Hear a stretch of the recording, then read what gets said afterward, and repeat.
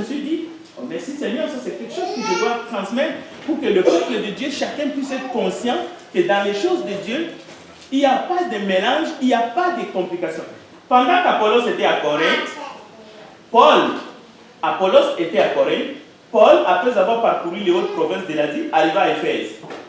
Et ayant rencontré quelques disciples, il leur dit, avez-vous reçu le Saint-Esprit quand vous avez cru? Il lui répondit, nous n'avons même pas entendu dire qu'il y a un Saint-Esprit. Il dit, de quel baptême avez-vous donc été baptisé? Il lui répondit, du baptême des gens. Exactement comme Apollos. Est-ce que vous comprenez? C'est ça qu'Apollos avait. Malgré toute sa connaissance, toute cette théorie, il était bourré, mais il n'avait que le baptême des gens. Regardez maintenant ces gens ici, ils disent aussi, non, nous ne connaissons que le baptême des gens. C'est juste un exemple pour comprendre comment est-ce que dans d'autres sujets, dans la Bible, on peut se tromper aussi. Regardez le verset 4. Alors Paul dit, Jean a baptisé du baptême de repentance. Paul n'est pas en train de crucifier Jean. Paul n'est pas en train de dire que Jean était faux enseignant. Paul n'est pas en train de diminuer Jean. Comment Paul peut diminuer Jean alors que Jésus dit, de tous ceux qui sont nés de femmes, il n'y a pas de plus grand que Jean. Mais non, nous sommes seulement dans la dimension de la parole de Dieu. Parce qu'il faut les comprendre selon les périodes, selon les dispensations et selon les alliances. Alors Paul dit, Jean a baptisé de repentance, disant au peuple de croire en celui qui venait après lui, c'est-à-dire en Jésus. Sur ces paroles, il fut baptisé au nom du Seigneur Jésus. Lorsque Paul leur y imposait les mains, le Saint-Esprit vint sur eux, il parlait en langue, il prophétisait, ils étaient en tout environ 12 hommes. Il y en a même qui vont spéculer en disant que parmi les 12, Apollos était là. Nous ne sommes pas de ceux-là. On n'a pas besoin de tirer la corde. Mais on peut juste comprendre dans quelle situation se trouvait Apollos. Parce qu'on dit qu'il était à Corinthe.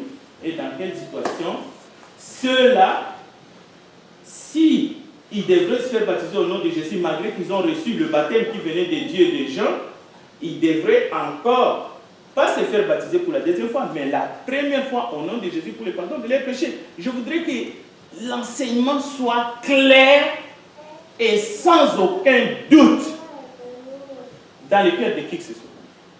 Donc, si pour eux, c'était vrai, cela veut dire pour Apollos, c'était vrai. Est-ce que cela enlève la connaissance d'Apollos?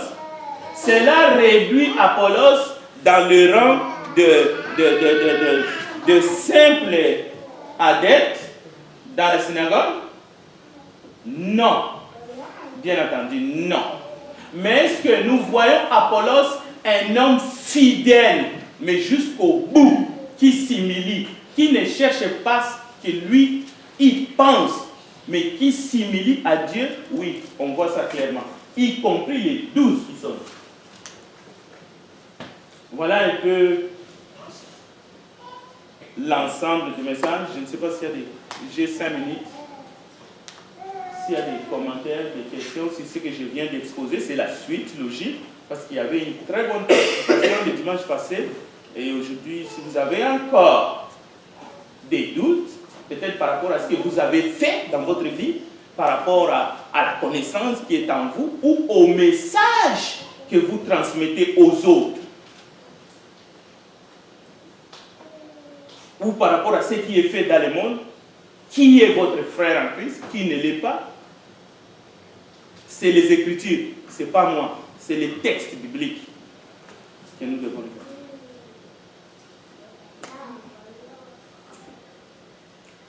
Quelqu'un veut commenter? J'ai 5 minutes. Ou quelqu'un a une question pour moi?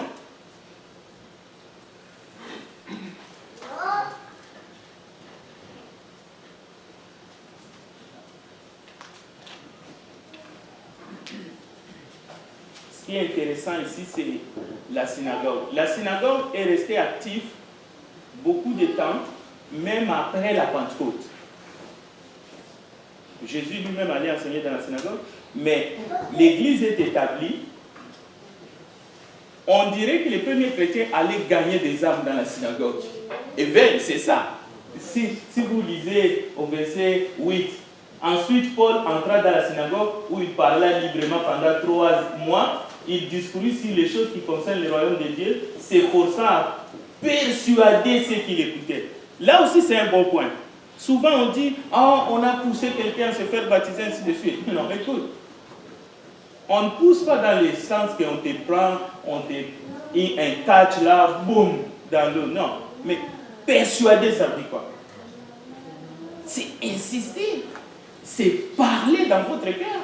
La parole de Dieu est là pour que nous puissions l'utiliser, insister, pour que l'homme, tout homme, puisse entendre. Si je te persuade de faire quelque chose, je ne suis pas en train de t'obliger dans le sens de te lier pieds et mains, mais je suis en train d'essayer de te montrer, écoutez, voici ce que la parole dit. Mais examine toi-même pour savoir si tu es dans la vérité. Et si tu es dans la vérité, tu crois être dans la vérité, c'est bien. Je fais ma part et toi, tu te tiens dans la vérité selon les convictions qui sont les tiennes. Oui, frère. Dans ce cas, alors c'est en parlant de persuasion concernant l'évangélisation.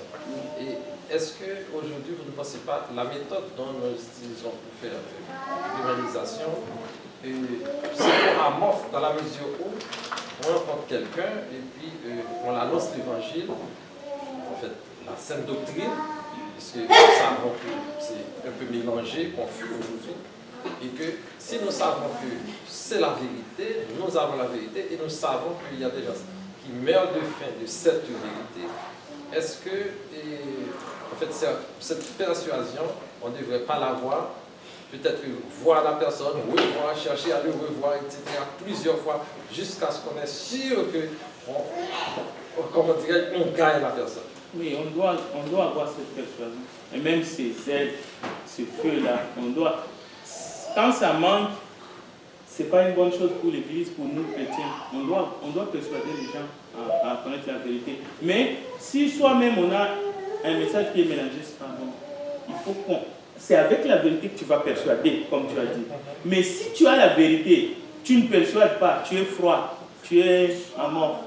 C'est comme tu rends la vérité captive. Cette vérité va te brûler. Oui, il y a des gens qui ont la vérité, qui connaissent la vérité, mais qui sont un peu froids.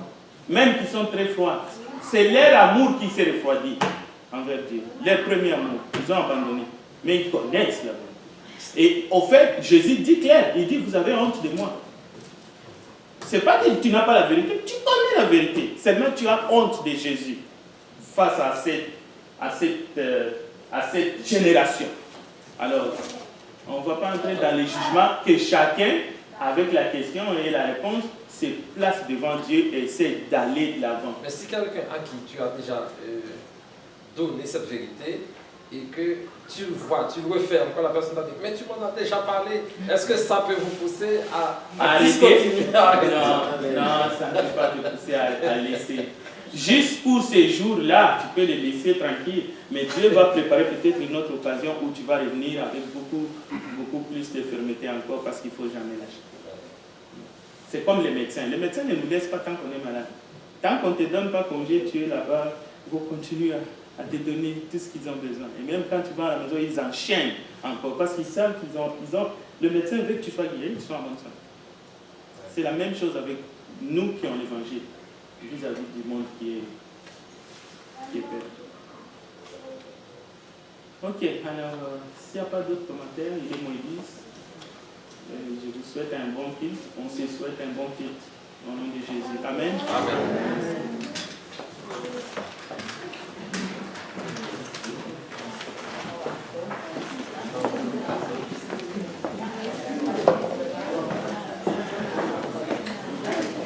Comment était la semaine?